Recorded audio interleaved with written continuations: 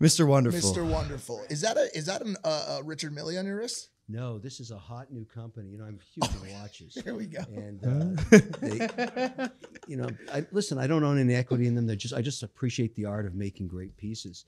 Aventi, and they're out of Australia. And I always tell these young watchmakers, listen, I'm very supportive, but make me a single one-of-a-kind piece that I can feature on Shark Tank. And this is going to be this season's. This is a crazy watch. I mean, and you're not involved in the company? No. Sometimes I just want to help the artist.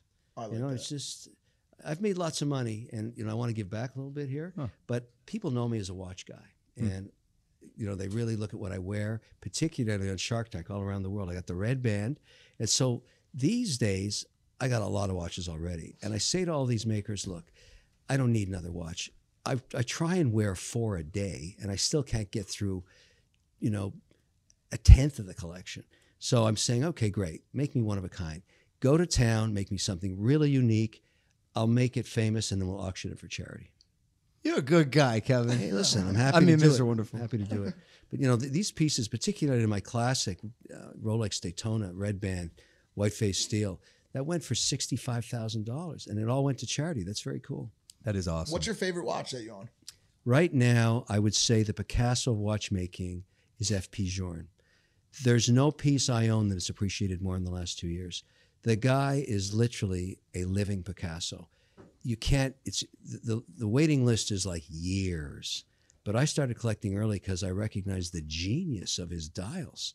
Like when you see that piece, what's it called? I'm going to look him up. FP Journe. any piece you can get is priceless. And the secondary market's insane. They're selling for like $1.2 million. Can you give me one? Let me rephrase that. Can you give me one? That ain't gonna happen. I mean, I'm really, this is for me right now, and I love all the pieces I've got, but those things are special. These are nice. These are nice. It's cool that you got these passions. I mean, it's always interesting to see what people are into behind the scenes, and I can imagine how many watches you have. You have any other passions? Like I'm sure you collect Pokemon cards or something. Guitars. I got a massive guitar collection. I was a shareholder once in Fender. Never made any money on the stock, but I made a lot of money buying early Strats and Tellys, and those have been great.